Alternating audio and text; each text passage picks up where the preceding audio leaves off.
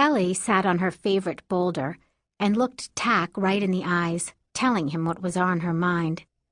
"Gramps shouldn't have taught me to read."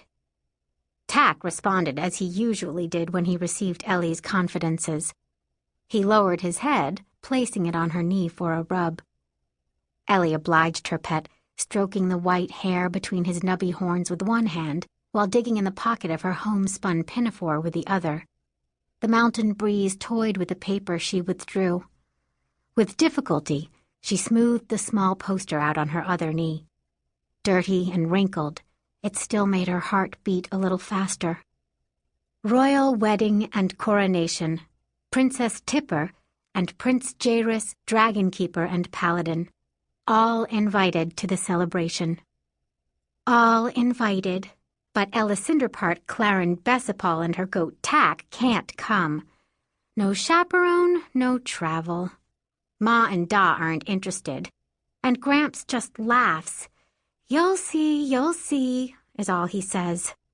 He should take me himself."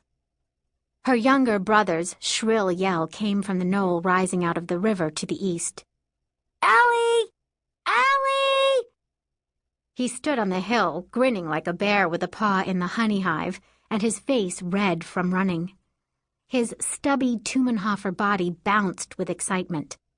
He held his fists above his head and whirled them around in circles. Something had set him off. She stood and hollered back.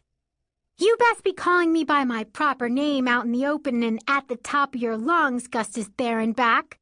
Ma will tan your hide if she's finding out you disgrace the family with such shabby care of our dignity." When he saw her, he cupped his hands around his mouth and shouted, "You're wanted at home! It'd be good news." That information didn't impress her. Probably a delivery of the bolt of muslin ordered, which meant she'd be cutting and dyeing lengths for making new clothes. Not exciting news at all. "Can it wait?" She gestured behind her to the scattered goat herd. "I'll have to gather Tack's clan if I'm to come home now." "I'll come help you." Gustus charged down the hill toward the footbridge across the river. Ellie stared at him for a moment with her mouth hanging open. The good news had nothing to do with cloth. Her brother would never voluntarily help bring in the goats for something as mundane as new clothes. He scurried down the path, slipping some on the loose rocks, but the precarious descent did not slow him a bit. Even in the narrower patches where exposed roots of arandan bushes tripped careless hikers, her sturdy brother skidded downward. Folding the royal celebration notice into a small square, Ellie stuffed it back in her pocket. She turned away from watching her brother's progress and nudged the goat. "Come on, Tack. You find the nannies, and I'll find the billies." Ellie went one direction and Tack another. In a few minutes, she located the 15 goats that formed the herd.